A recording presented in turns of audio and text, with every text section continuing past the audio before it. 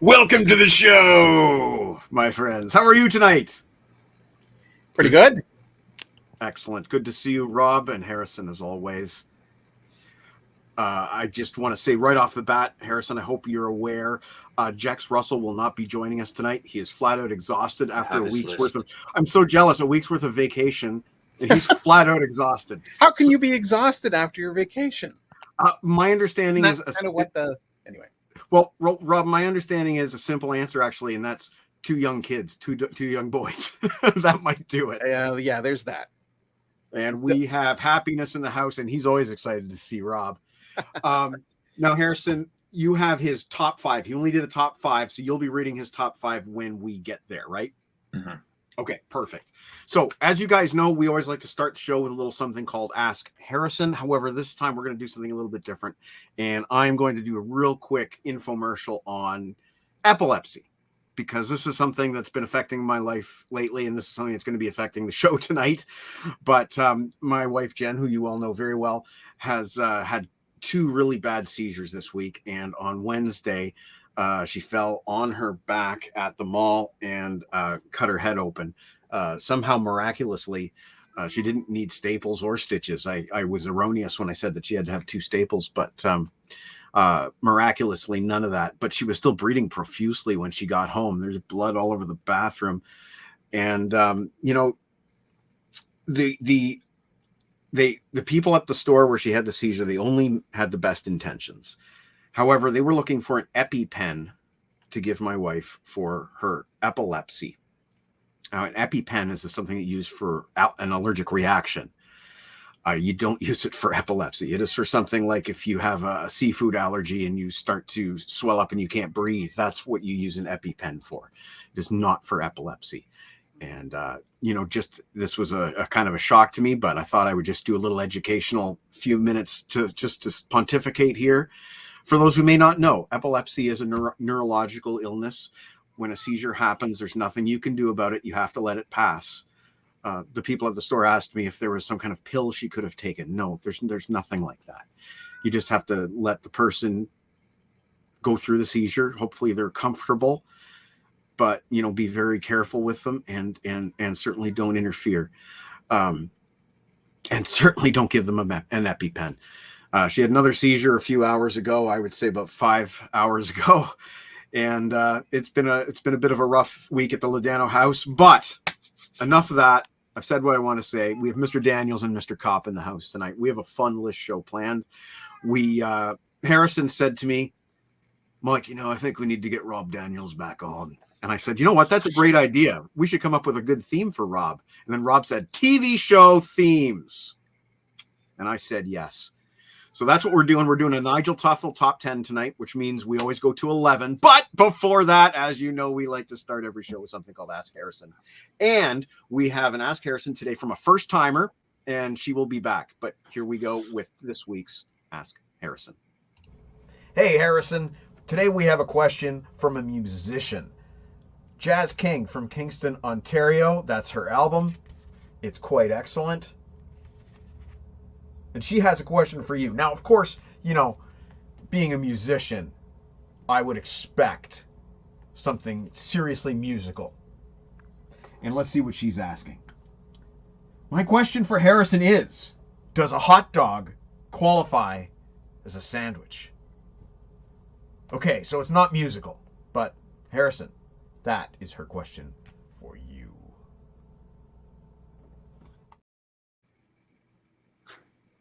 So you've had a week to think about this, Harrison. What's your answer? Well, funny you should say about that, because I had a well thought out answer a week ago, and I promptly forgot it.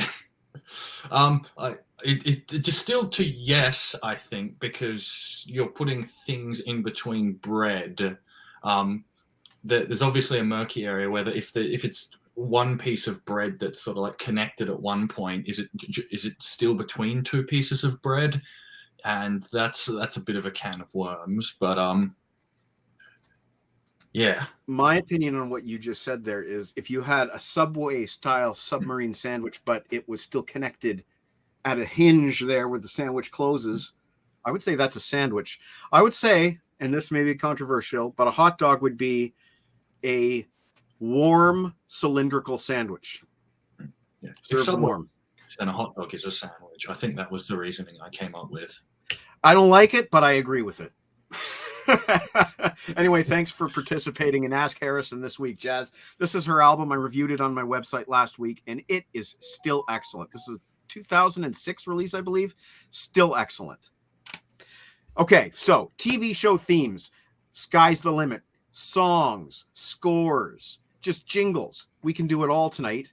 And we're going to start at Harrison with your number 11.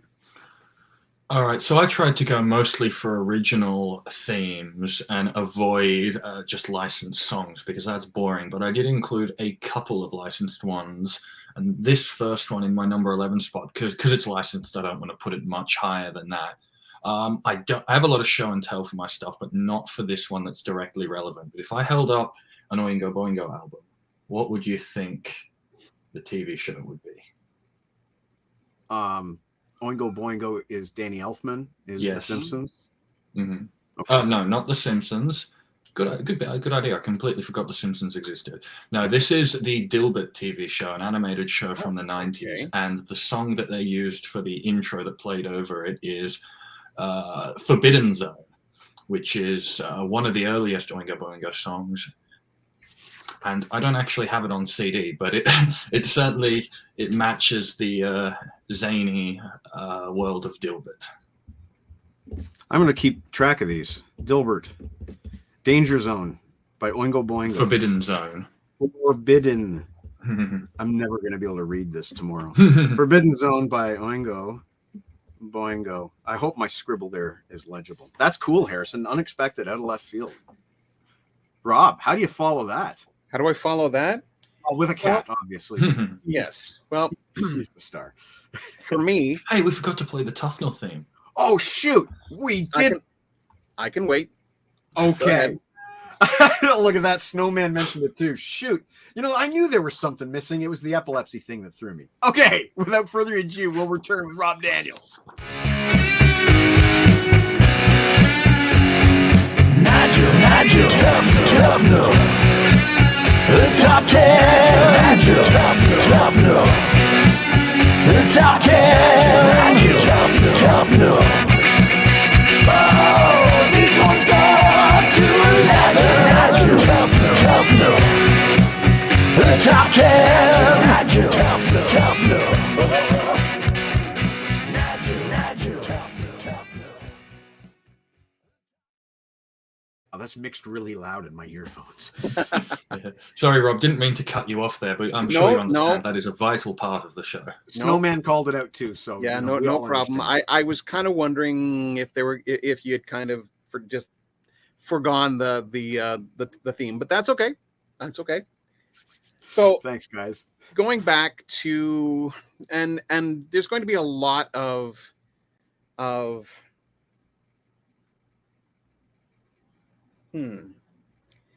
I could have very easily chosen. I could have done 5, 6, 7 lists on different television genres alone, sitcoms, late night TV dramas, that kind of stuff. So this was a really hard list to kind of pare down into what I thought was going to be the best. Okay. So in this case, I went back to my very early beginnings of being aware of music and that sort of thing. So I'm going back to ancient times, 1975, 76. Okay. And the very first theme I became aware of that stuck in my mind was the television show theme to SWAT. Oh. And this is not the TV show. This is the movie. However, I'm going to show this. Didn't know there was a show. Yeah. Most of the information for the show tonight comes from this set of CDs. Yes, This those are hard to is- find. These are 7 volumes of television themes from like the early days of television right up until like about maybe the mid 90s. So this is my definitive collection when it comes to television themes and that sort of thing. And you can sit and you can have a ball just listening to one of these CDs. It's fantastic. And it, like I said, it runs the different genres. It runs the different eras of television and that sort of thing. So like I said, the very first television theme that I became aware of was the theme to SWAT. And it's very catchy. It's done by a composer by the name of Barry Dvorak. Now, if that name doesn't mean anything to you, if I was to say The Young and the Restless, Okay. he wrote that theme for The Young and the Restless of the soap opera. So yes, that is my if we were going songs, I would have there are songs in here, but I went with more themes and that sort of thing. So yeah, the very first for me is SWAT from 1975. I think it was like a 75 to 76. And the thing is that in this movie, they actually do Elliot Goldenthal, who wrote the score for this, actually does quote the original theme several times. So there's that. And like I said, very, very catchy. And you will not, if you listen to it, it will be stuck in your head for quite a bit. Trust me. Cool. Thanks, Rob. That's both of you have hit me with shows I honestly had never heard of. But this is a show that both of you have heard of. I'm just going to warn you flat out. I'm going off the beaten track on a couple of my picks, and they're going to be things that nobody else would have picked. And I think this first one, maybe Boppin, he might have picked it in the comments this morning. I can't remember if he did. But would the composer's name Blaine Morris mean anything to either of you? No. Well, I know you are both aware of a show that started in the early 2000s. It came out of Halifax, Nova Scotia, and it was 3 actors and a director named Mike Clattenburg with a comedy called The Trailer Park Boys. And they have this dreamlike musical sequence, do do do do do do do do do do, and it's just like paradise in music and everything. So there's children laughing in the theme, and it just sounds like you're in the best place you could want to live, really, if you were on a budget. And of course, the trailer park, Sunnyvale, is nothing like that at all in the show. It is not a paradise.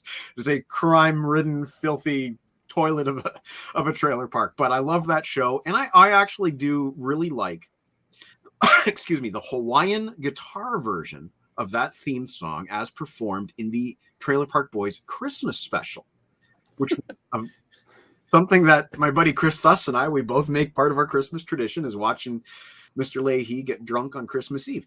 But there's this Hawaiian guitar performance of the Trailer Park Boys theme, and it just blows. Oh, we lost Rob. Shoot. He'll be back. I'm sure he'll be back. Beam him back in. We'll beam him back in. Beaming back in, Lieutenant Commander Daniels. There he is. Yeah, sorry about that. We'll blame Gimli. Anyway, specifically, I think the Hawaiian guitar version from that special just elevates that to a worthy number on my list. Besides, I have a soft spot for that show, and I always have. So that's my number 11 is Blaine Morris's Trailer Park Boys theme song. Over to you, Mr. Cop. All right, I'm also going off the beaten track for some of mine, but that's just par for the course with me. So this one here is a French TV show, and it's an animated show called Minuscule. And it's like these little slice of life shorts of all these animals and stuff. It's quite humorous, and the theme is matchingly whimsical. It's this light theme with mainly like piano and like cricket noises. I'll try to see if my whistling can do it justice, but it's.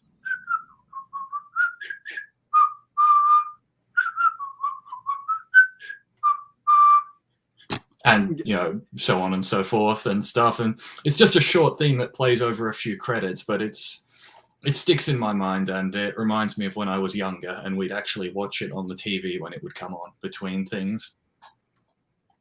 And I think that the spider is cute, which is something you don't say very often. I think it's cute. I like that. And yet another pick that I've never heard of. I just want to say real quick, when you said, oh God, what did you say? Between Things or something like that? You Yeah. said? Immediately, just the way you said it reminded me of a Canadian show with a great theme song called Seeing Things. Rob, you remember Seeing Things? I remember Seeing Seeing Things with Louis Del Grande. Yeah. That's not on anybody's list, I'm sure. Cool, Harrison. That's awesome. Number 10 for Rob. Number 10. Okay. Now, this is going to sound weird, but the theme that this is my number 10 is a show that I watched the first episode of and did not watch the rest of the series.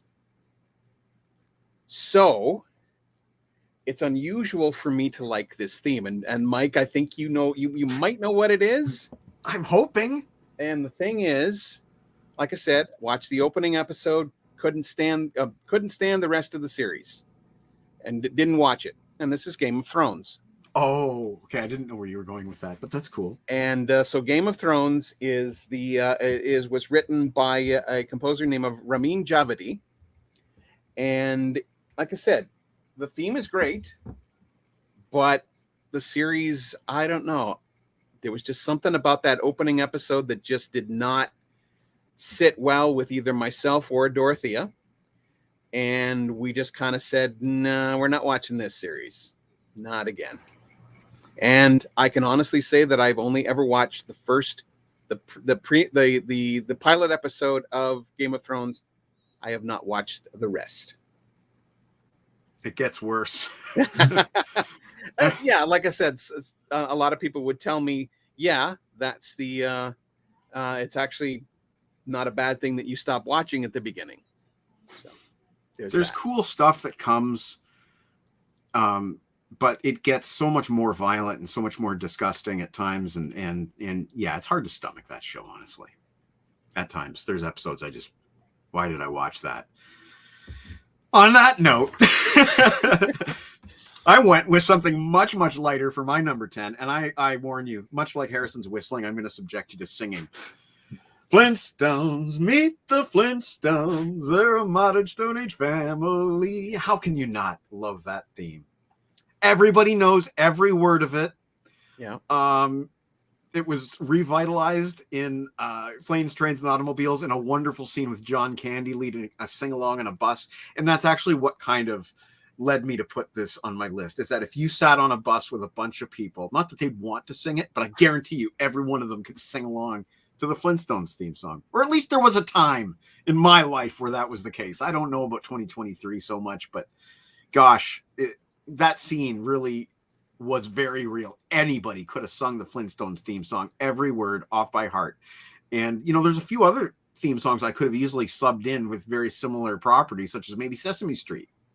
It's something that after a certain age group, we all just know that song. But gosh, I'm a Flintstones fan of all the animated series.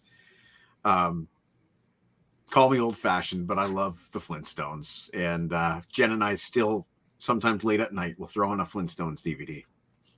So there you go. That's my number 10. Okay. And then that brings us to the number 9 round with Mr. Kopp. Alrighty, I've got some CanCon here. Ooh. This is going to be something that Mike will probably know, and you'll probably know because it's a bit more mainstream. It goes by a different name in Canada, but over here in Australia, it's called Air Crash Investigation. Okay. I think I know this one. I believe it's called Mayday over in your side of the world. And it's had a couple of theme variations, but they all play on the same sort of idea, which is sort of like this intense, short, intense thing with like plain images and voiceovers like Mayday, Mayday, and pull up, pull up. It's obviously it's a bit of a morbid show at times, but it is interesting to see how this happened. And I like the scientific part behind it, basically learning about how it happened and stuff like that, even if it is focusing on a lot of death at times. But hey, it's got a good theme, and it's got 22 seasons as of now. Look at that. It seems they haven't run out of plane crashes yet, and it seems that they keep falling out of the sky. which is Funny that. it'll be a bittersweet day when Air Crash Investigations has to finish because there's no more crashes to a happy day, but Yeah, but no more shows for you and my dad apparently. You know what that reminds me of, Rob? Do you remember those commercials that you'd see on the weekends for like VHS subscriptions? The world's greatest plane crashes. Yes. You know, get a new tape every 2 months. You know, that kind of thing. That kind And of thing. Yeah. Yeah. That's what it reminds me of. Well, I mean, a lot of those were, greatest football tackles or greatest football plays or hockey plays or baseball plays. Yeah, there's a lot of that kind of thing. It's a funny genre, but people like to see disaster stuff. They always have. This is a bit less sensationalist and a bit more scientific. Okay, fair enough. Okay, Rob, number 9. All right. Well, we're going back again and again. A lot of my choices. This could have very easily been a top 50 list, and I still could have kept going. Me too. But so a lot of the stuff that you're going to see tonight is fairly standard. Maybe there's one or two that may seem a little bit off, but in this next case, should come as no surprises. This is number 9, correct? Yep. Okay, actually, no, this is a little bit different. Sorry, I jumped ahead.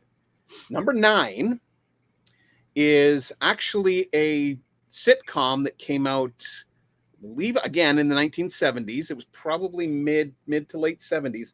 Had a great gospel feeling theme to it. And if I was to say, well, we're moving on up to the east side. Right. To a deluxe apartment in the sky. What is that? I know it, but what is Jeffersons theme? Jeffersons. We never watched the Jeffersons, but yes, okay. I loved that opening theme, and to see the show was, for its time, very progressive. Yes. But that theme, for some reason, again, and this is from an era when TV themes, they stuck in your brain, and it was just, for me, it was just one of those themes that stuck with me, very much like SWAT. You knew what you were getting when you heard the Jeffersons theme, much like Sanford and Son, that one, or Rockford Files, or any of the other ones that I could have gone into this spot. But there's just something about that Jeffersons theme that is just such a fantastic, neat little earworm that just gets in there and just really, I love the show. I mean, I don't remember it that well, but I remember liking, his last name is Helmsley. I'm trying to remember his first name. Sherman Helmsley. And he was just, his comic timing was just so good. Yeah. And there was just that. And if I'm not mistaken, that was a spin-off of All in the Family. It certainly was. And so, and there's another theme, an earworm theme that you'll always remember. So there you go. That is my number 9 is the Jeffersons. That's a great number 9. My number 9 is already repeating an artist, and that artist's name is Danny Elfman. And that theme song is obviously The Simpsons, as I alluded to earlier. I couldn't put The Simpsons and not the Flintstones. I couldn't put the Flintstones and not the Simpsons. To me, although one was built on the other, it also just took everything to an entirely different level. And I think everybody, here's a good pick. Barney Miller by John Hubner. Very good pick. I think everybody knows The Simpsons, even though it's not lyrical. I think everybody knows that melody. Do, do, do, do, do, do, do, do, do, do, do, do. I think maybe the only other melody that might be just as recognizable without lyrics in sort of a similar demographic might be the Super Mario Brothers theme song. Dun, dun, dun, dun, dun, dun, dun, dun, and you see guitar covers of the Simpsons theme song and all kinds of crazy versions. And of course, it's very versatile itself. They've done, you couldn't count the number of different variations of that theme song that they've done for Halloween episodes or what have you. You know, they've changed it so many times, adapted it. And I don't know if there's a show that did it quite as well as The Simpsons before them. So other shows have since, Family Guy, American Dad, all that stuff. But before that, maybe for just a special every once in a while, like say the Brady Bunch goes Hawaiian, maybe. I don't think that really had been done to the degree that they did with the Simpsons theme song on various themed episodes. Well, you have to credit, in my opinion anyway, Alf Clausen, who is the composer on the series. He is the one that he was the one that would probably like Danny Elfman wrote the theme, but Clausen was probably the one that adapted it for the various Halloween episodes and that sort of thing. So yeah, gotcha. He's the one that you would definitely want to credit in that case. I mean, like I said, Elfman is extremely talented, and he's done some fantastic television themes as well as movie scores. Yeah. But the thing is that for the series proper, yeah, you'd be looking at Alf Clausen for all of those various. But yeah, you're right about the whole idea of it being such a diverse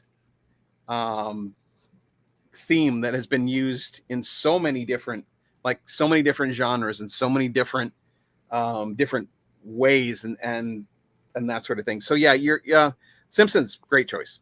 Thank you. And I'm going to amend my write-up when I do it tomorrow to include Alf Clausen as well, just to capture all the variations. So that's perfect. Right. Okay, we're moving on to number 8 with Mr. Cap. Oh, yeah, that's right. Sorry, Rob was talking for a while, so I was like, oh. Very helpfully so. Yes. Yeah. Yes, sorry. All right, you're definitely going to know this. Top Gear. Jessica. I can't think of the theme song, but I love the show. Yeah. What I like as well, beyond the actual, just the musical element of Jessica, is that it's different each show, because they do Tonight on Top Gear, and then they rattle off a list of 3 jokes that are unique to each episode. So you get, along with the enjoying of listening it, you get a fresh take each time. And as a bit of trivia, at the season finale of one of the seasons, not this one, I can't remember which one, it was an earlier one, Slash got up to play the theme live. Is that ever cool? Well, you know, I love the show. The Bolivia special specifically is my favorite. Mm-hmm. I love the specials. My buddy Chris Thuss, who was on the show, on the LeBrain Train version of the show, he got me into Top Gear, but I cannot remember anything about how the theme goes. It's I believe it's by the Allman Brothers. It's Jessica. It's just an instrumental. Okay. So, that was awful, but yeah. Well, you know, there's a funny episode where they sabotage Captain Slow's car and force it to play Genesis anytime the car is started, and it just blasts Genesis, and he's forced to be driving around and one song on repeat. And he couldn't turn it off without turning off his car. That's a great pick, Harrison. Again, out of left field. I wonder how Rob will follow that with his number 8 that he alluded to earlier. Yes, I did allude to it, and it again, going back, but also there was a revival in the 80s, and of course now there is a huge revival in cinema recently with the film. Okay. With the film, but it started back in television. Yes. And so my number 8 is, it's again one of those earworms that kind of always sticks with you, and then you hear it and you go, this is a really cool theme. And this is, and I'm going to put an asterisk besides this, because it's actually 2 versions of the theme that I like. And this is the Mission Impossible theme.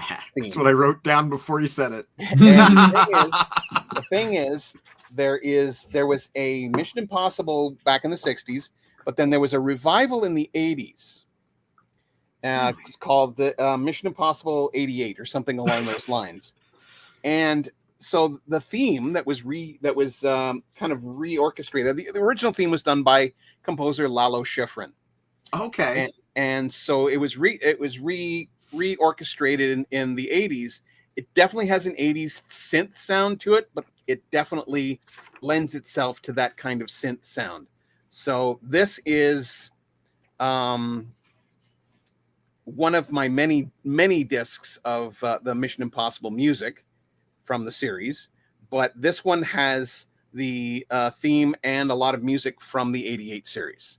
So if I was like choosing the theme here, I mean, there's just that opening, and it's you see them lighting the fuse, and it's dun dun dun dun dun, and it's just, like I said, it sticks with you, and for me, it's a very solid number 8. And again, I'm going to go back to this.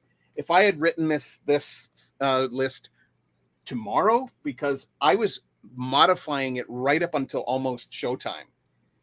So the not the top 5, but there were some definite movements in the lower numbers.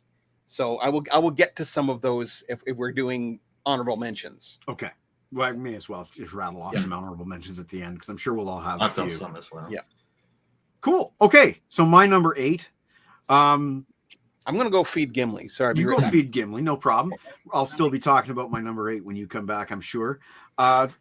Gary Portnoy and Judy Hart Angelo wrote this ditty back in the 80s for a show about a bunch of people drinking in a bar in Boston.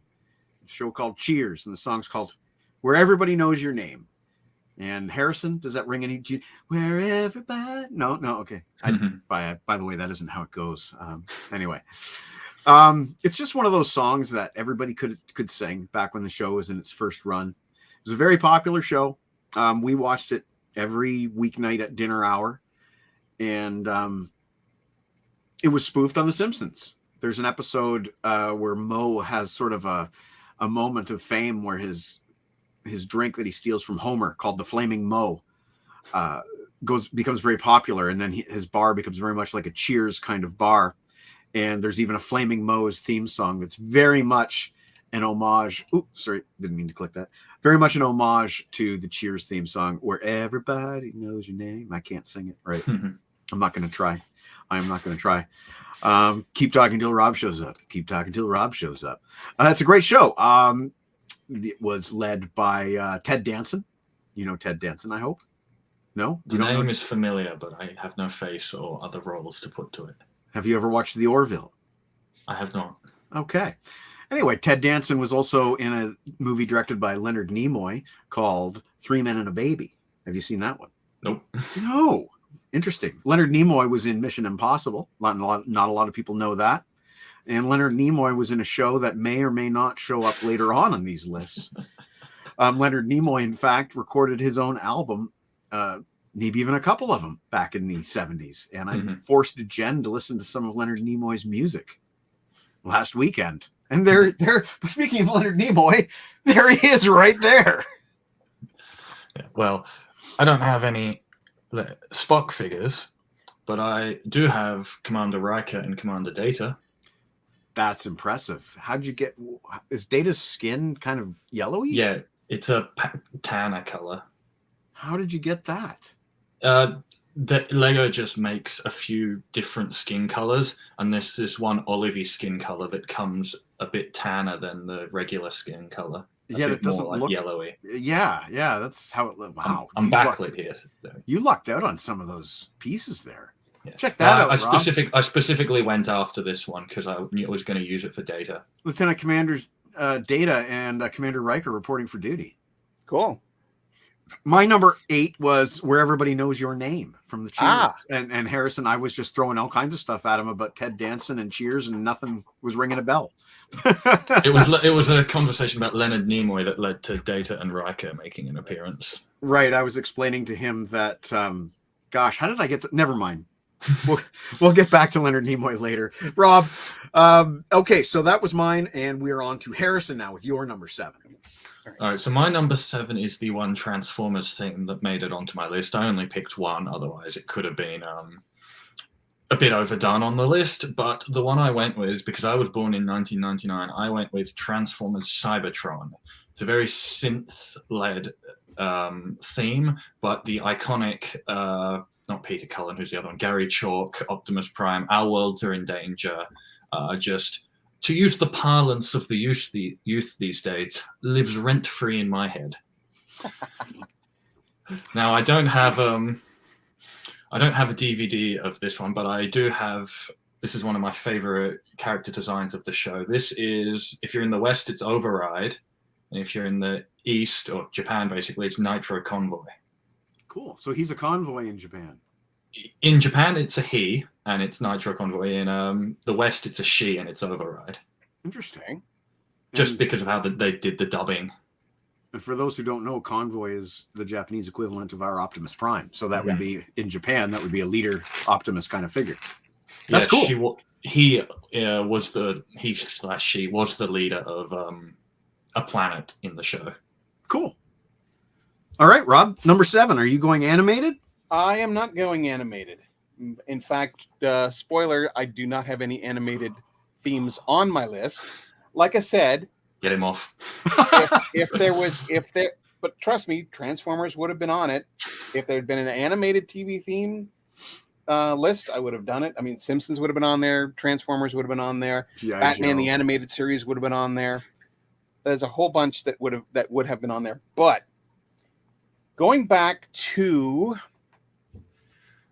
probably early 90s, this particular theme song became the most downloaded theme song for I believe it was Nokia phones.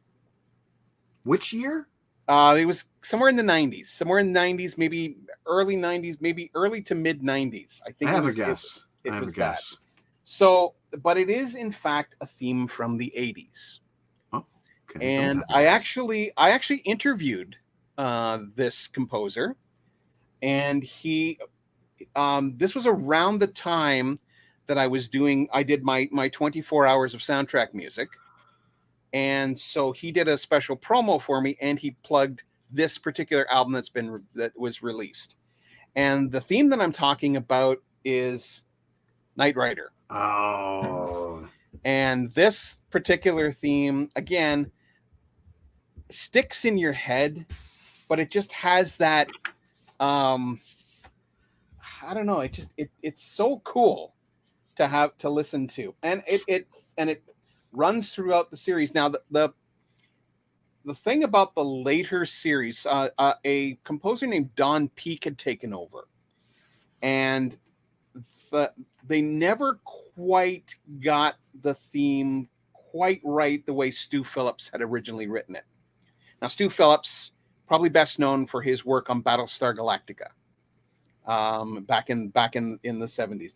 You'll find that there's a lot of my, actually not going forward. This is the last one that kind of fits within the well, okay, never mind. I won't give too much away. But yeah, Okay. Knight Rider for me. Never used it as a ringtone, but it was definitely one of those soundtrack, one of those themes that, again, it sticks with you.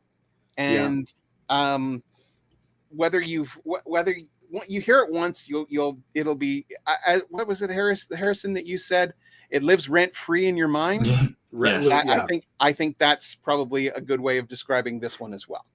So yeah, my number 7 is Knight Rider. I remember some rap artist sampled it in the mid 90s and had a hit with a sample of that. Probably. My that was number 7. Yes. My number 7 is the show that Rob spun off earlier, a show called All in the Family. And the song was called Those Were the Days. Yep. It was by Lee Adams with the lyrics and Charles Strauss with the music. And it was performed by the 2 leads in the show, whose names I didn't write down and can't remember now that I'm live. But Archie Bunker and his beautiful wife, Edith. And a groundbreaking show. Yep. Not afraid of steering directly into issues, but remaining funny the whole time. My whole family enjoyed it and watched it and endorsed it. And I have great memories of watching All in the Family. And my dad liked the character of Meathead, as played by Rob Reiner. So that is my number 7. This brings us to number 6 with Harrison Kopp. All right, my number 6 is one of my favorite TV shows of all time. It is Gotham. Oh, interesting. And unlike a lot of the entries on my list so far, which have been title themes, the full Gotham theme only plays over the credits. And it starts out with these really sinister strings, but over the course of about a minute, bits of these heroic motifs start coming in until at the very end of it, all of the sinister strings are gone and it's all heroic and dramatic. I just like how it just like subtly changes as it goes through, probably representative of Batman coming in and doing his good, even though this is pre-Batman. Yeah. But that's a whole nother can of worms that is probably too long for a discussion today. So I'm just going to say good show, but definitely requires an open mind going into. Yeah. I suddenly remembered how we got to Leonard Nimoy, which was that I was trying to kill time, and Leonard Nimoy had been in Mission Impossible. He was? And was going to be in something that may or may not appear later on in the show. Okay, that was a cool one, Harrison. Again, unexpected. But let's see what Rob's going to do with his number 6 as we get tighter and tighter into the top 5. Okay. Well, for this one, it was kind of a no-brainer. Unfortunately, I don't have any show and tell here because it's a very hard. It's been a very hard theme to. The music's been released, and again, we go back to 1975, 76. And again, we have a connection to Mission Impossible. In this case, though, it's Martin Landau, and I believe her name is Barbara Bain. This had the funkiest, awesomest theme song that I can think of, and nothing better than Barry Gray's version of the Space 1999 theme. Derek Wadsworth did series 2 of the show, but there's something about that Barry Gray theme that just it has, again, it's one of those things that stuck in my mind back in the 70s. It was, again, we're talking precursor to Star Wars here. Yeah. So this is like with SWAT and with Space 1999. I think it was the first television theme that I heard that actually used guitar, like an electric guitar, and it was just this. It threw it at you, and it was just it was a really cool theme for me. And what more can I say? I've watched the series, and the more I watch the series, the more I appreciate just how, first of all, how good the music from Barry Gray is. I mean, we're talking the Anderson universe, Thunderbirds, Captain Scarlet, that kind of era. So Barry Gray was very much a part of that particular era of the Anderson verse. So to hear him go in this really funky 70s direction was really great, and it works. It's not an out of place theme. You listen to it today and you're like, this works. It could work in a show today. So yeah, my choice for number 6 is the Space 1999 theme by Barry Gray. Fascinating. Okay, that's a cool one. I'm going to go off the beaten track again. Okay. I wanted to represent a rock band somewhere on my list, and I really felt there was no better place for that than in a little mountain town called South Park. And that theme song was done by Primus, and it cost Matt Stone and Trey Parker $74 to get Primus to write and record that theme song. $74. Isn't that interesting? So Les Claypool must have just really been into the idea. But I guess the producers of the show or the higher ups heard the song and they said it's too slow. It's too slow. You got to speed it up. So that's exactly what they did. They sped up the song, and if you know the song, it is very fast. Mm-hmm. And Les Claypool, I guess he re-sang it, and they did whatever they had to do to make the song work in this higher speed, and it is insanely fast and almost unrecognizable as Primus, but it is. And gosh, that show has been around now for about 24 years or so, I think, something like that. A long Holy time. crap. Yeah. Over 2 decades for sure. And yeah, more power to him. So Primus gets a shout out on the list tonight with the South Park theme. And that brings us into number 5. All right, I'm going to put the first entry of Jex's list on. Mm. You guys are going to have to do the talking for me because most of these I don't know about. So the first one is the X-Files. Well, not Okay. the first one. His number 5 entry is the X-Files. Good pick, Jax. Do do do Good do pick. do do. Yeah, Mark Snow did that theme. I don't want to say too much because it might show up a little bit later on. Okay. But yeah, I had actually had a chance to interview Mark Snow twice. Great guy, and just an all around cool guy to talk to. He was very open about what he. Okay, come on up. He was very open about what he, his inspiration for the theme and that sort of thing. So yeah, it's. We might be hearing about that in a little bit. That's not just from Gimli, but we'll be hearing. I like Jax's number 5. Yeah, Cool. I That's do all as I have well. to say is I like it. All right, and for my number 5, I don't have a DVD to show and tell, but I will show you something. First, I'm going to say that Kenneth Branagh features very prominently in the show, and Walking with Dinosaurs. Oh, okay. Oh, okay. I have a Lego T-Rex because I don't have a DVD. But this theme, it's a short theme, but it just builds and builds and builds and builds until it comes to this crashing conclusion, coinciding with the T-Rex roaring. I like it. I like it. I like it.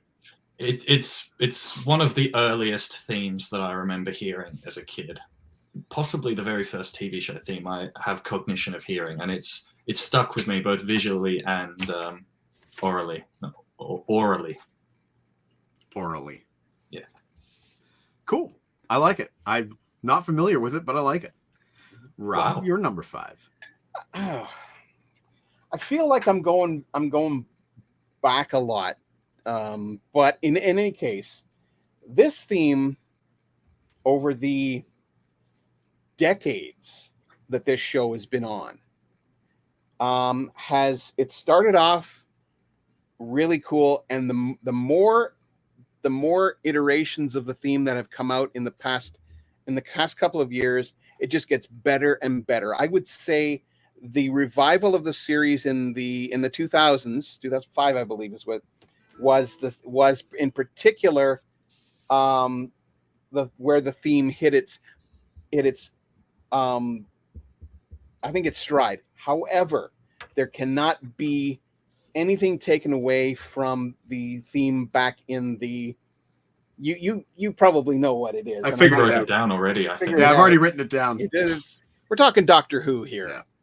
For me, Rob, Um, it's the Tom Baker years, which I think is probably what you were kind of getting at. No, Where- I was No. actually talking about the and his name was there, and now it's You're talking gone. about are you talking about the Christopher Eccleston and the reunion, Tennant? Tennant, David Tennant, yes. Okay. When that theme came back, I couldn't get enough of it. Okay. But don't get me wrong. All of the iterations of the theme over the years has been really cool. And you could honestly say that back when the show first started, it was an experimental theme. We're talking pre-synthesizers here. Yeah. So they used a lot of electronic test equipment to do the music. So there are 2 people that have to be recognized here, and I've got their names written down. There is, in this case, Delia Derbyshire, a female composer who was working in the BBC workshop at that time. Her experimental work with, like I said, test equipment and that sort of thing laid the groundwork. It was Ron Grainer who wrote the theme, but it was Delia Derbyshire and Richard Mills who were the ones that brought the theme to life. And to this day, whenever I hear that theme, regardless of what era it's in, it's immediately distinct, and it immediately puts me in it tells you where you're going, Yes, so to speak. it does. And it's again one of my favorites. The show has varied in quality over the years, but I do have to admit there is one particular scene that I go back to time and time again, if you'll excuse the pun, where it's there's a scene where the Daleks are attacking Gallifrey, and it's I believe it was one of the Christmas specials where it's the three doctors, David Tennant, Matt Smith, and the War Doctor who John Hurt were there. And it's the three of them are saying that what they're going to put the Gallifrey in a pocket universe, essentially, to save it from being attacked by the Daleks. Well, I said, how are you going to do this? There's only three of you. I know the scene. And the scene, then all of a sudden, the best bringing together of all of the doctors from John Pertwee right through to Eric Capaldi. Yeah. And it was like whenever they say, "Oh, it's 12 of them," and he goes, "No, it's all 13." And then you see the close up of Capaldi's face, and to me that gets me every time when I see that scene. But yeah, the theme to Doctor Who, just absolutely fantastic theme, and again a groundbreaking theme because of its electronic roots. Yeah. And the fact that pre-synthesizers, an electronic theme was being done. And if you're familiar with any of Delia Derbyshire's work, have a listen to the Tomorrow People if you can find some music from it. It is actually really cool. So Okay. I know the scene you're talking about. I've watched it many times. oh yeah. And I love it. They had the first two doctors in there, and Well, no, they had all of them. yeah, they had all of them. You hear and see all of them. Even Eccleston, who's never really participated with Doctor Who since his one season. Exactly. But he regrets that. He actually does regret leaving the series because he thought he would get typecast. Yeah. And records show that he didn't really do much after Doctor Who.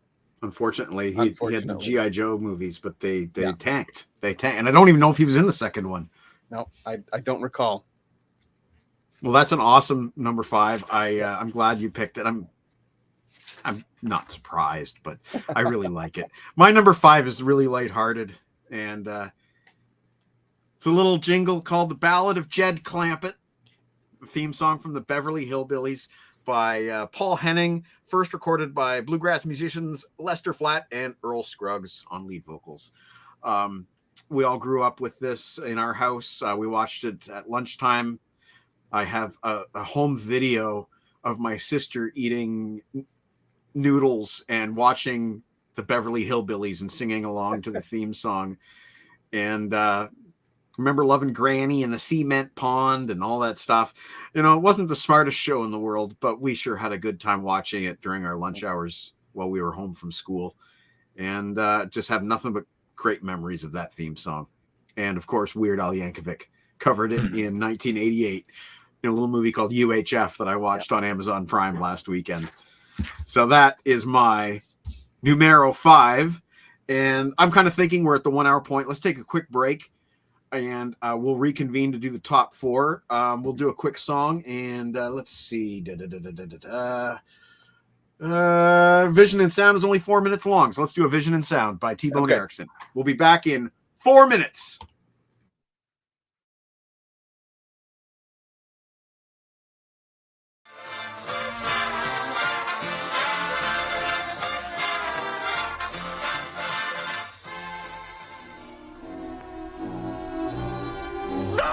springs.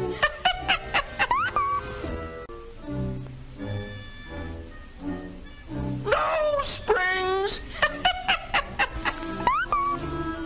No springs, my friend. No springs.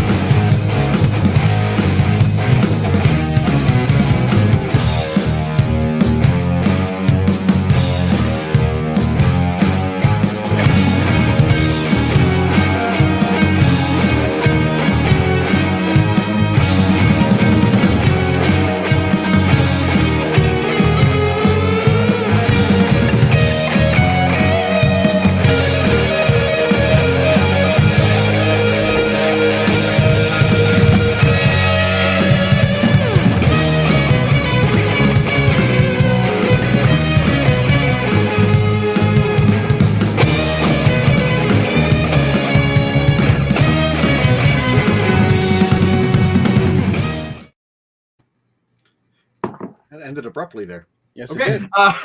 did. That's sadly that theme song, that theme video is always going to remind me of that disappointing second season of Star Trek Picard compared to the third anyway.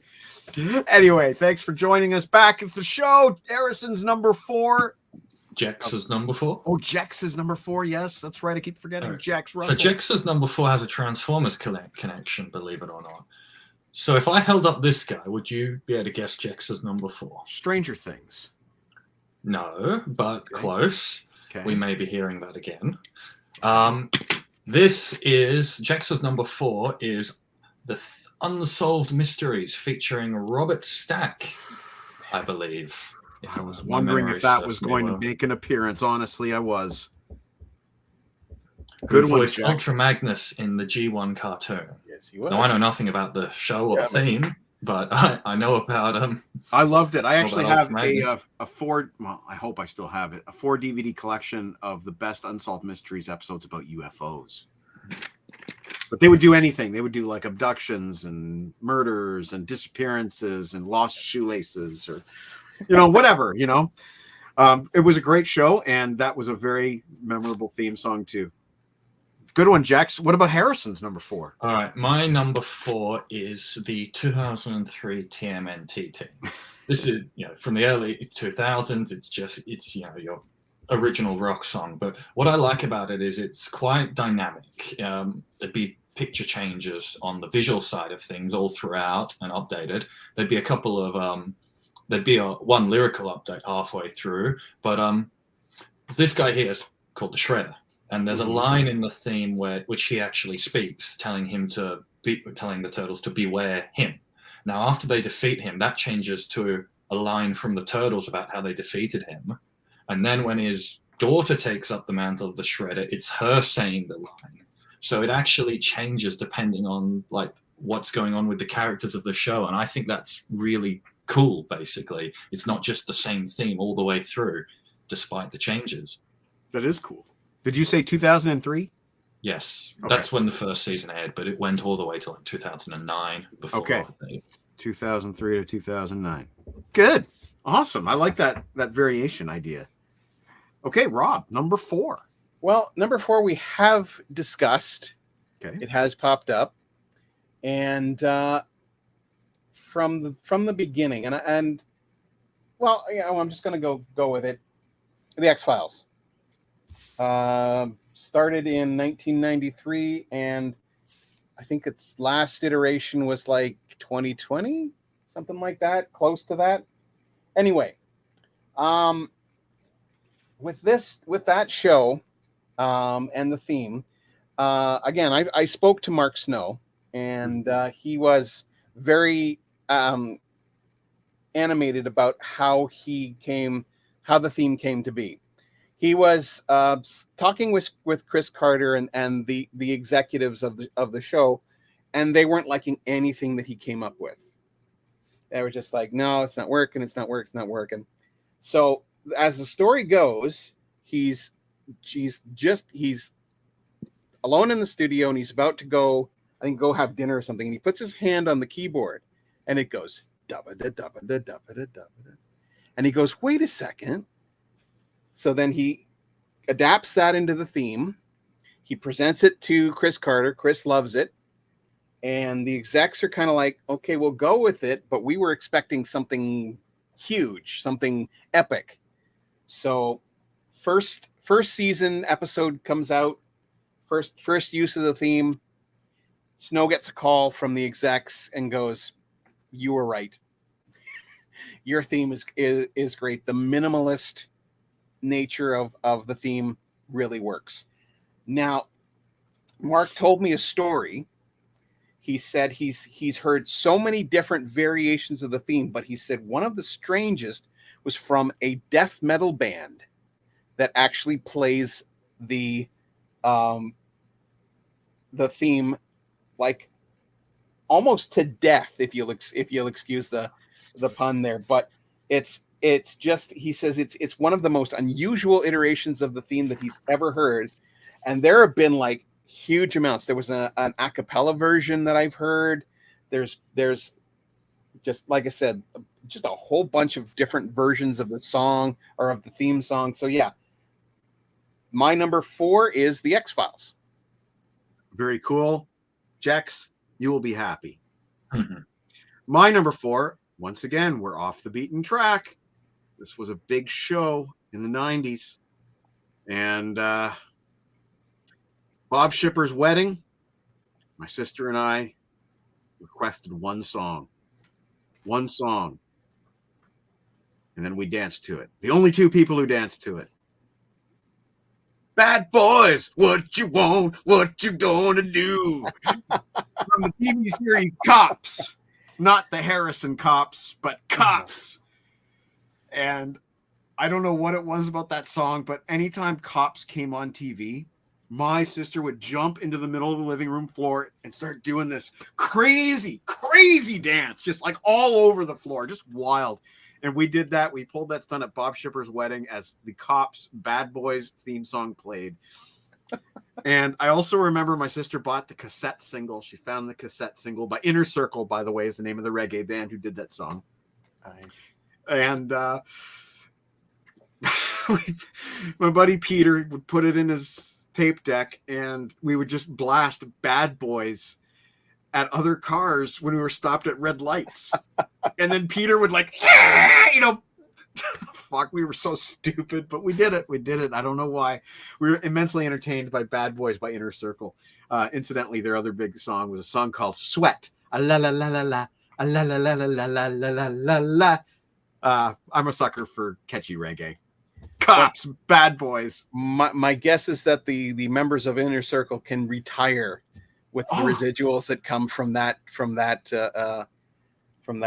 theme song. You'd think, and again, it's been spoofed too, like on The Simpsons. Bad cops, bad cops. Yes. My favorite though is the Freakazoid version. Nasty men, caught again, stealing hens. Nasty men. That's how you know it's a good theme song, when it starts being homaged. So that's my number 4. I'm gonna warn you, my top 3 are pretty weird. Okay. And only because, well, you'll see. Harrison Cop, Follow the Cops, with All right. Jex's number 3. So for Jex's number 3, we have entered the Jexa Zone, Okay. Okay, what's the that? Twilight Zone. Okay. Oh, Twilight Zone, brilliant. Not the Iron Maiden song, alas. As you know, the Twilight Zone theme song actually was used as a plot point in the very last Edie Van Halen story, Edie Van Halen's Winter Vacation. It was part of that storyline, and there's the CD soundtrack. Or you want a really cool version, the Grateful Dead version of the Twilight Zone theme from the 80s. Oh, Yes. didn't know about that. Oh yeah. All right, well that's cool, And Jack. that would and I had I remembered that one, that would have been on my list. Mhm. I'm gonna claim responsibility for this. Jex was reading our stories and was inspired by them. That's what I'm gonna claim. Cool. Harrison, you're number 3. All right, so there was a book series I liked very much as a kid called Del Toro Quest. You probably wouldn't have heard of it because it was by an Australian author and it was really only popular here. But it got an animated adaptation later, and it's the theme song to that show that I've chosen. It's primarily string based, but it has an electric guitar running underneath it that melds really well with the strings in creating this dramatic atmosphere. And then towards the end of it, it just takes this rapid turn and just ramps up for this crescendo just out of nowhere that ends with this dramatic, like fun finale. It's a short theme and a simple theme, but it's a really good one. Cool. Again, there's so much stuff on your list that I've never heard or Right. can't remember. In some That's cases. just part of the course with me. Yeah, that's true. Well, I'm sure as we get into the top 3, I'll be damned if Rob can stump me. But let's see if he can. Okay. This show is from the 80s. Okay. And it on my list, this is the only true, if we were talking about grabbing a stack of rock, this would be the song that would be considered the rock part of my list. Okay. This theme, I listened to it this afternoon, and I kept listening to it over and over and over again, and it's just awesome. And we're talking about Hardcastle and McCormick. Oh, okay. This theme is basically the lyrics are driving like the demon that drives your dreams. However, there is one part of the song, I don't know why. It's I believe the actor's name is David Keith, or not David Keith. David Keith is an actor. Yeah, David Keith is an actor, but anyway, he's a bit of he's an older actor, and the lyrics are slow motion man, iron and steel in the palm of your hand, high flying heart, betting your life on the state of the art. It's just, for me, it is constantly, again, living in my mind rent free, but still an awesome theme, and written by probably 2 guys that you will probably know their music, but not know them in particular, and that's Mike Post and Pete Carpenter. Mike Post, yep. Mike Post and Pete Carpenter have written some of the best known television themes of the 80s. Someone We're mentioned the talking- Rockford Files earlier. That's Mike Exactly. Post. We're talking The Fall Guy. We're talking what was it? I had a whole list. Hill of Street them. Blues. Did he do Hill, Hill Street Blues? Blues? Yeah. Just name a theme. It was probably done by Mike Post or Pete Carpenter. He also produced Magnum Van PI. Halen 3, if you knew that. Van Halen What's that? 3. I'm sorry. Mike Post also produced Van Halen 3, if you knew that. I did not know that. No. A little off the wall for him. A little, yes. Yeah.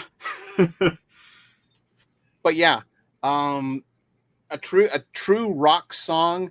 The theme is awesome. The opening is awesome. There is look it up on YouTube. It has will. this race car goes over this bale of hay, lands on the roof of another car, and it's just that to me it's one of those themes that was actually much lower on my list when I first started, but the more I listened to it, the more I went, God, this has got to be higher. Because again, and we're talking about grabbing a stack of rock. This to me is the rock portion of my list. Very Hardcastle cool. and McCormick. So we did get a little bit more rock in. Yes. Well, it's no more rock coming from me. And I'm afraid to tell you that from here on in, I'm going to be humming these theme songs. And Rob Daniels is going to be getting them after about 4 notes, I'm guessing. But bum bum bum bum bum bum bum bum bum bum bum bum bum bum bum bum bum bum bum. Okay. Yes, I know that now. By Yeah. Dennis McCarthy, Deep Space Nine. Yeah. You know, I didn't like it when it came out. I thought it was too slow and it dragged Yeah. and it wasn't interesting. But as the years wore on, isn't that the one that's sticking in my brain like toffee? The Deep Yeah. Space Nine theme.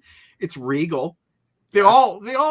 Well, the Next Generation theme is regal too, but something about that Deep Space Nine theme just reminds me of royalty, and the shape of the station kind of looks like a crown. Yeah. It fits. It works. It's great. It's not easy being the second live action spin-off of a series. The Deep Space Nine had its niche. It grew into it. And that theme song is part of many, many happy evenings for me as a guy in his early 20s. So Deep Space Nine, Dennis McCarthy is my number 3. It was actually released as a single. In fact, hang on just a second. I'd buy that for $1. I will show it afterwards. I have to find Sure. it. Yep, no worries. So this brings us to Jexa's number 2. Yeah, you'll have to bear with me because I'm going to make a lame joke here, but we've heard Jexa's number 2 has appeared before. Okay. Now, the lame joke is he's a rocker, he's a roller, he's a right out of controller, he's a fuel-injected suicide machine. And the reason why I'm saying that is because Jexa's number 2 is Knight Rider. Oh. And the reason for that lame joke is in Mad Max 1, the Knight Rider is quoting that AC/DC song as he's driving along. Of course he is. That makes sense. All right, Jex. That's 2 repeats from Jex's list, I will note. Both with Rob? Mm-hmm. Yeah. I think Okay. so. All right, Harrison, bring us into your number 2. All right, my number 2 is The Clone Wars. Cheating a bit because it does adapt John Williams. No, that's I considered Star Wars stuff. So yeah, that's good. But The Clone Wars is distinct enough on It its is. own as a theme, I think, to stand. And I really love how with everyone you get Tom Kane's Admiral Yularen narrating over the tail end of the theme to bring you up to speed on everything. And Tom Kane just sounds awesome as Yularen, and it's a great theme. That's This is- almost correct me if I'm wrong, Rob, but that's an homage to like the newsreels of, Yes. of the 1940s with the narration. Exactly. The Allies have landed at Normandy or whatever, Mhm. Very cool. Okay, Yeah, Rob, Very. we're back to you again. Well, again, no surprise here for my number 2.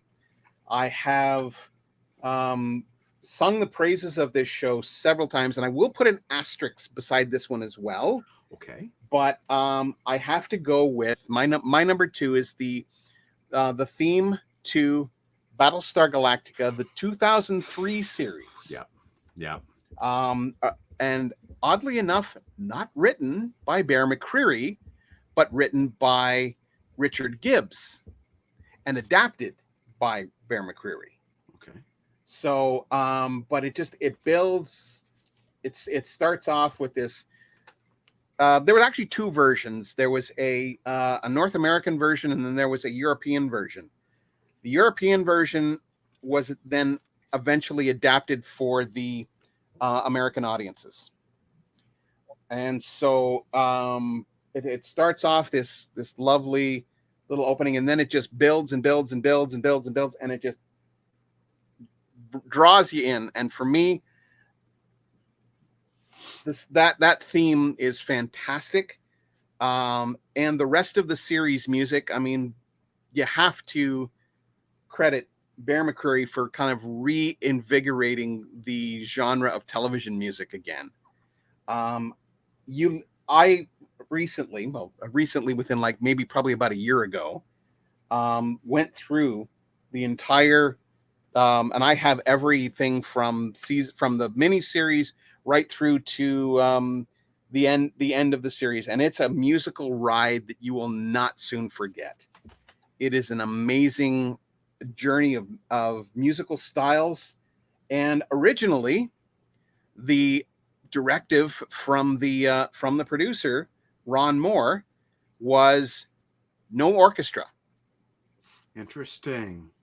And eventually it became to the point where all of a sudden Bear would start putting these little orchestral stuff in, and then it was like, oh, hadn't noticed that, but that's really great. What else can you do? And then that eventually becomes there is some and the percussion, and I'm a huge fan of percussion. Yes. And so there's a lot of great percussion and amazing solo instrumental work, and it all is done in a very almost a rock band kind of style.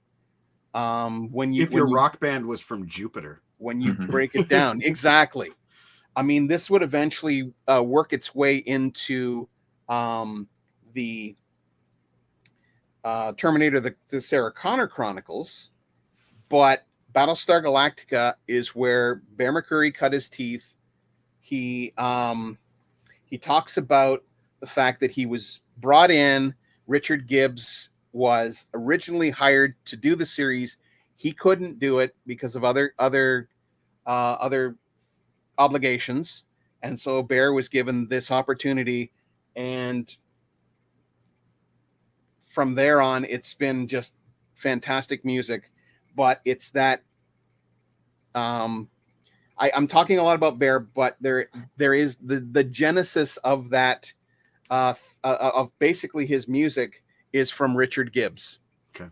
And so the Richard Gibbs TV opening to Battlestar Galactica, fantastic. I love it. Number Richard 2. Gibbs. That's awesome. Yeah. And I love that. And also, I love Bear's percussion stuff Yeah. that he did on the series. Yeah. Okay. My number 2 is probably going to come as no surprise. I'll give you a visual clue this time. I won't make you just guess by the humming, but Mr. Crusher, engage. Ba ba ba ba ba ba ba ba ba ba ba ba ba ba ba. Got to be one of the greatest theme songs of all time, and technically, it's the theme song from Star Trek: The Motion Picture by Jerry Goldsmith. But I think it's identified maybe more with that. I don't know. Probably more with that.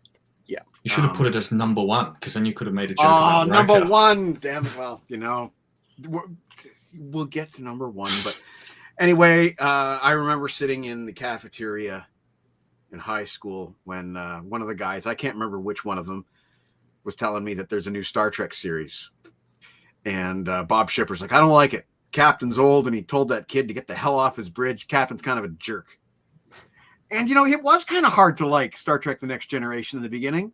regardless of that amazing music that we were already familiar with, the uniforms look like pajamas. My dad was sitting there watching, and he says, "That captain, how's that guy gonna fight?" You know. But meanwhile, I think he's actually younger than William Shatner, if I'm not mistaken. Yeah. And William Shatner was doing action scenes a few years later in The Final Frontier. Hmm. But I think it's fair to say The Next Generation took 3 years to grow. But fortunately, they had a great theme song in place from the beginning, thanks to the motion picture, and it certainly didn't hurt to have such great theme music at the start of every episode. So, my number 2 is Star Trek: The Next Generation by Jerry Goldsmith. And that, I guess, brings us to Jex for his number 1. Jex gets to go Yes. first. Jex's number 1 is Stranger Things. Aha. Good for him. I like it. Noted. I'm glad that made the list because I have a heck of a nostalgic love for that kind of theme music. And, it's kind of evocative of a little bit of that X-Files style, a little bit. I think there's some influence. But it also is very much rooted in that early 80s synth, which pioneered by Doctor Who, really, before there was such thing as synth. Yep. So good one, Jax. I like it. And that brings us to Harrison Kopp with your number 1. I'm going to go with some honorable mentions first. Sure. I'm So not we're going to gonna write go- them down, though. Yeah, of course. We're going to go back to some dinosaurs with a show called Prehistoric Park. You love your dinosaurs. I do. I've also got the Transformers G1 Season 3 intro, my favorite of the G1 intros. And there's my Galvatron to show that off. Brilliant figure. Bit of, not patriotism, but I guess the Stack of Rock intro and the LeBrain Train intro Aww. do have to get mentioned. And T-Bone Erickson, my friends. Yep. Mr. T-Bone. He's a musical genius. He is. He truly is. All right, and now for my number 1. Rob's probably going to know this. Another one of my favorite TV shows of all time. It is the title theme for a British show by the name of Primeval. And it's dinosaurs again. I was wondering if Primeval was going to come into this. And other prehistoric beasties. Yep. And there is something that I owe Rob a load of thanks for, which is the soundtrack album. And the title theme, it's short, it's only 39 seconds. It explodes into life with these drum beat, this drum sound, and then the strings take over.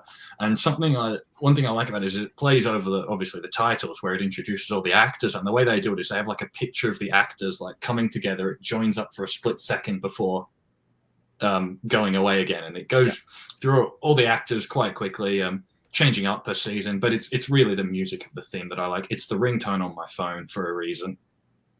Very cool. Right.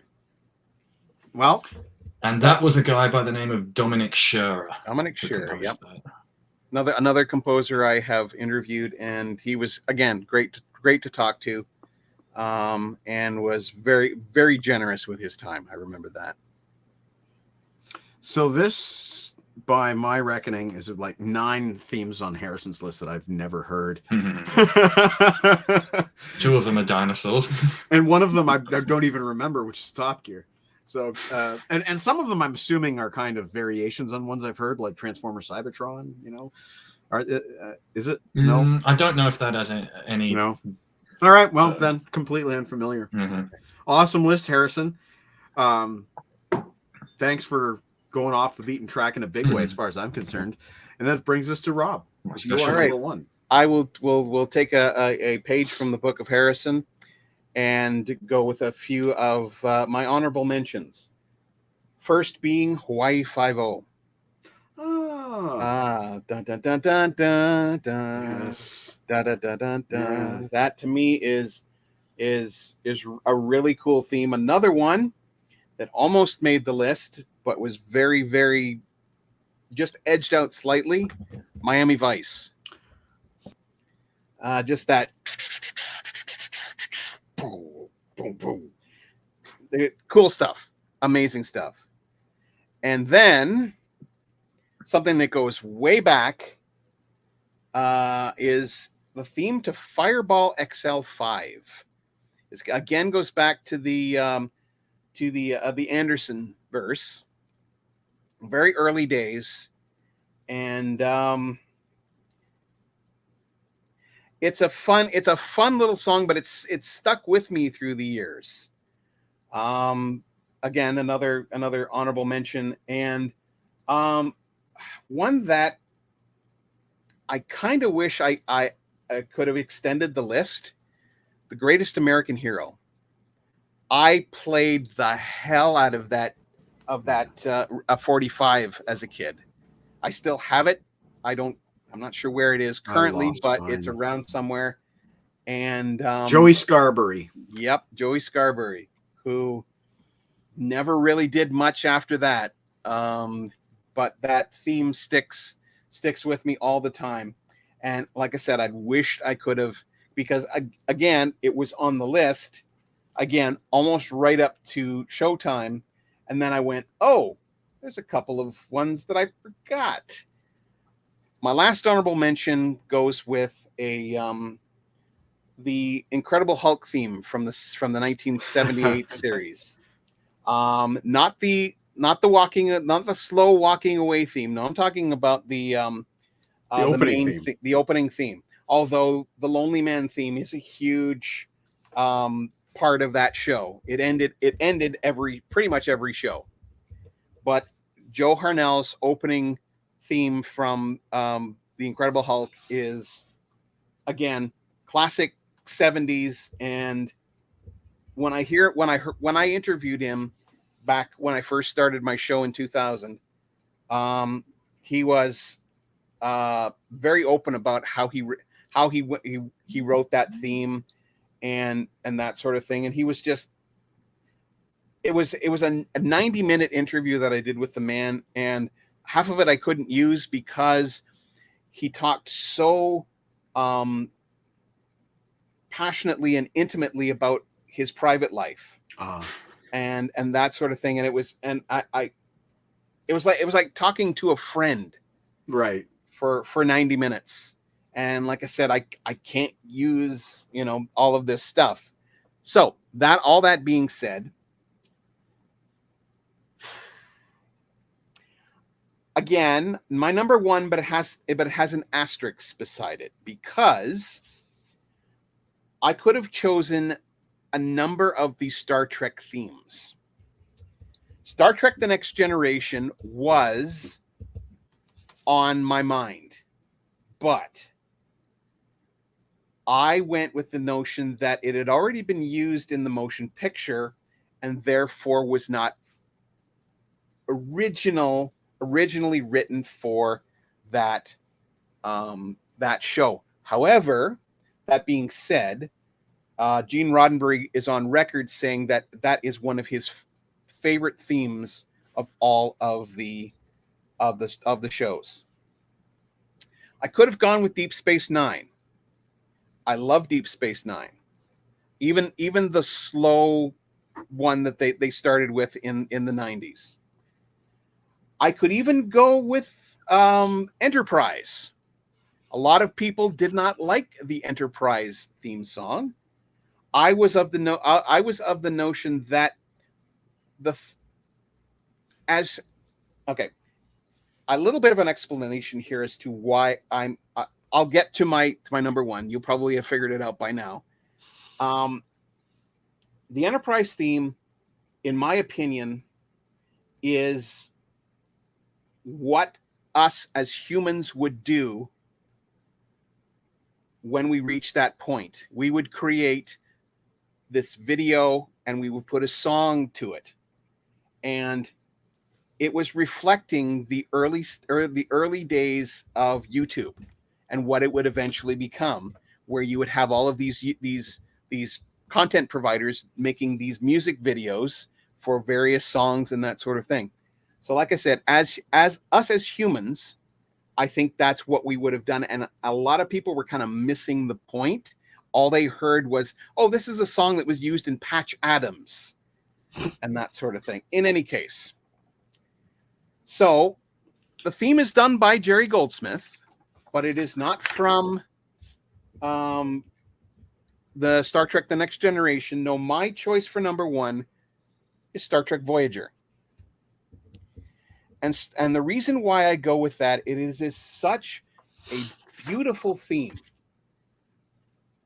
Jerry could have very easily gone back and just essentially aped the Next Generation theme or the motion picture theme. But he didn't. He took it in a completely different direction. And it again, he was able to capture the wonder of space.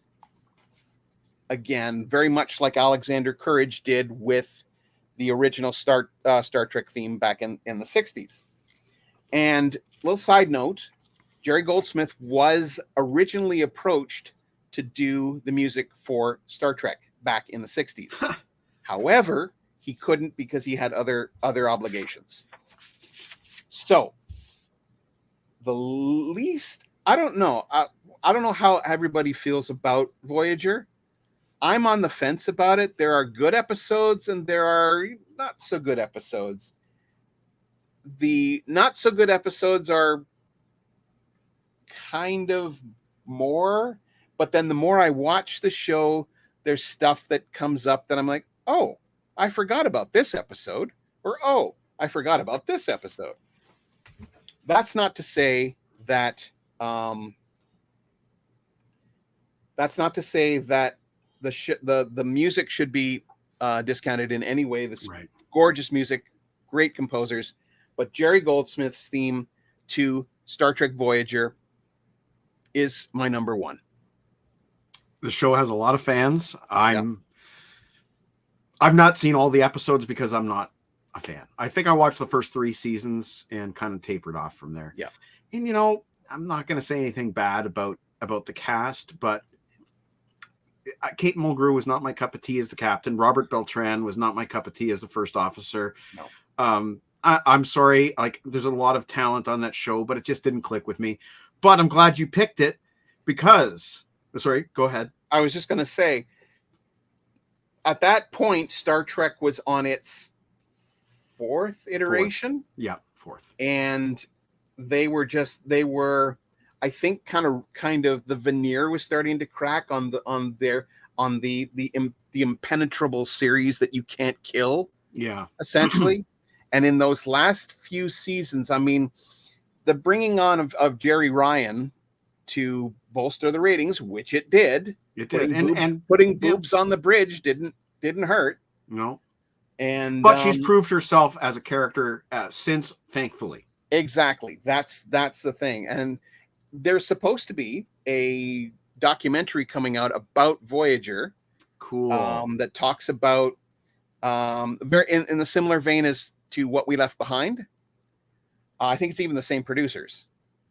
But, cool. So it's going to be interesting to hear, because apparently there was a lot of friction between Mulgrew and Ryan when she came on the show.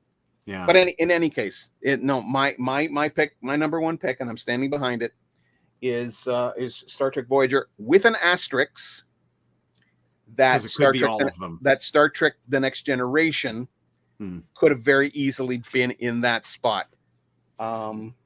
Goldsmith is a genius, and to have him write a theme when he was at the top of his game in the 80s and 90s, to do that is a masterstroke by the producers. Mm-hmm. And he produces a great, and he wrote a great theme that in my opinion is number one. I'm glad you picked that for number one, because with that as your number one, we now have all 4 of the original Star Trek series in the top 3, because I picked, obviously, the original series as my number one. Right.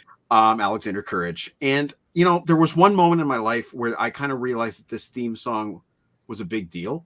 Because I always kind of, as a kid, it sounded kind of outdated and weird, it was kind of weird, right? For a kid. But then in 1992, I'm sitting there in the movie theater, and isn't Garth whistling that theme song with Wayne while they're looking at the stars? Yeah. And he's whistling that theme song, and I'm like, holy crap, that's Star Trek.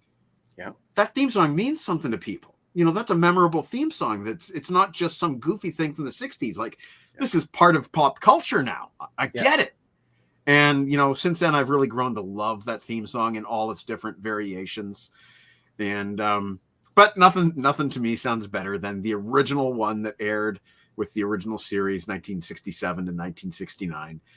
And da, da, da, da, da, that's my number one.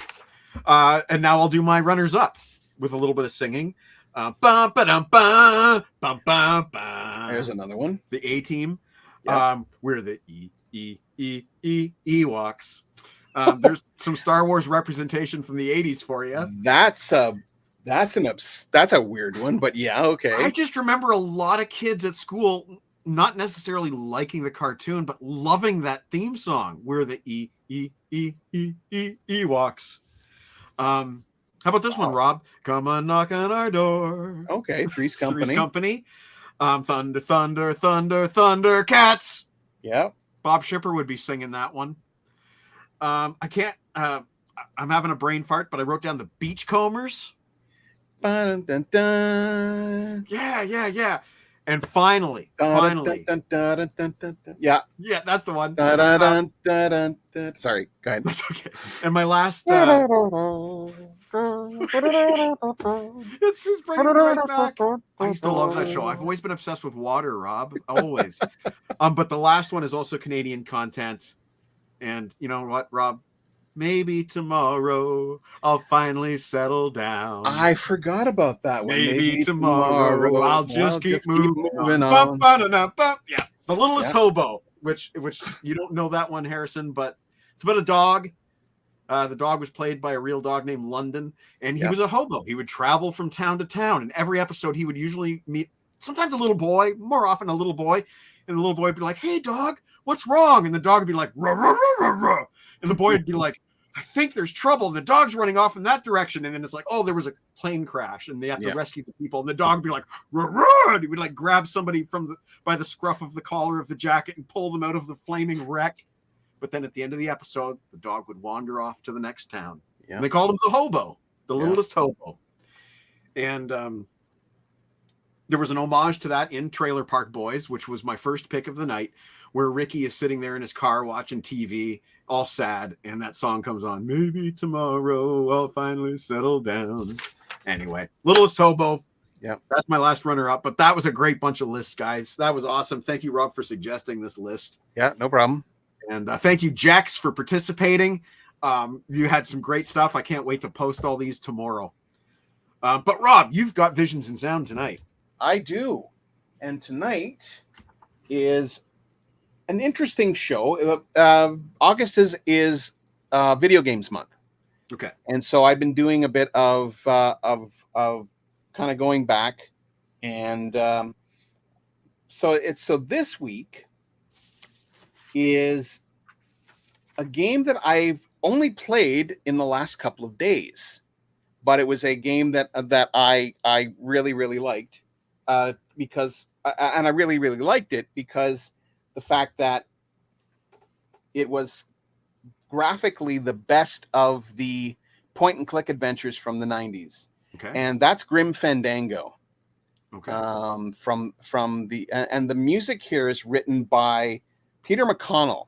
And if you are a fan of Psychonauts 2, any of the Monkey Island games, okay, any of those games, his name is all over. He is a pioneer. Him, along with Clint Bajakian and Michael Land, are composers who were there at the beginning and basically created the what is essentially the system by which games, the music changes with the situation.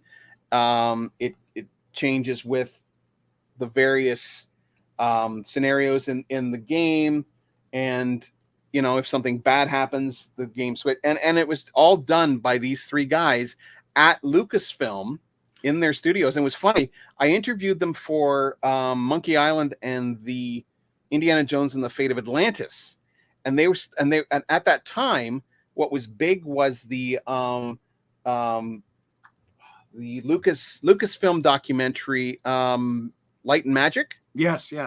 And everything they were talking about, they were there in the kind of late 80s to mid 90s, mid to late 90s. So they were seeing a lot of the changes that were going on in Lucasfilm at that time. They got to see a lot of the development of Jurassic Park and a lot of the and that sort of thing. So it's very cool to be able to, you know, honor the Grim Fandango, which is, like I said, a game I just downloaded from GOG a couple of days ago, and got working on not my computer in my office, but a old computer that was Dorothea's. Oh, And I've been playing it on that. For some reason, Cool. it won't load on my office computer. So who knows? who knows? But Well, that's cool. yeah. So check that out tonight. Visionsandsound.ca, CKWR locally in KW. Yep. And Harrison, you've got an Instagram now, Yes. and you're showing And off. by your- now, you mean about a few weeks ago, but yes. Yeah, but people might not be aware yet. So Yes. follow him. I believe it's Harrison_1339 or something like It is. that.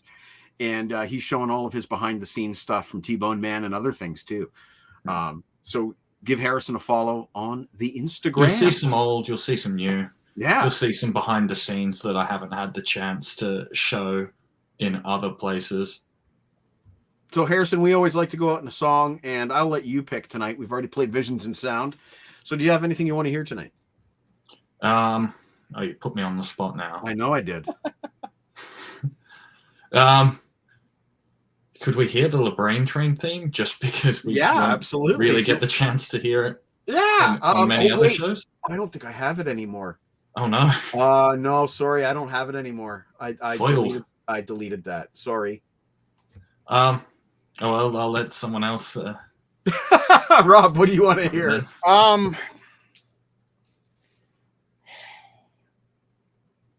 Because I let Harrison down by deleting the track. I'm sorry. I just never thought we'd ever play it again, honestly. For some reason, I've always called this song "Chicken in My Head." Ticking in my head. That would be Yes. Got the Time by Oh Clockwork yeah, I love Orange. that one. So yeah, Okay. Thanks, Rob. That's a great one. So check out Visions and Sound tonight, and check out Harrison on the Instagrams. Thanks for watching, folks. This was a great list show, and we will see you next time. This is Got the Time by Clockwork Orange. See ya! Another one, this is a little Anthrax song, originally written by Joe Jackson, called Got the Time.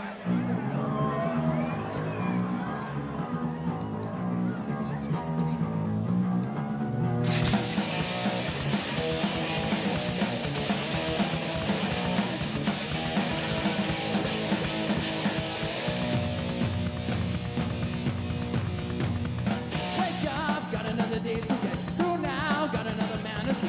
Gonna ring another telephone, way up, gonna ring another paper.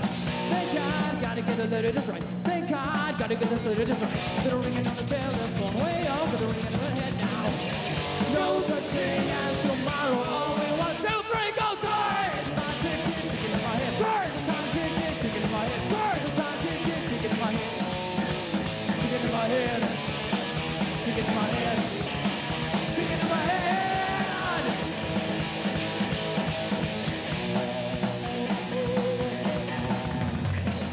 If I tell you what I'm doing today, will you shut and get out of my way? Someone doesn't what the time is. I don't know. They know I gotta go now.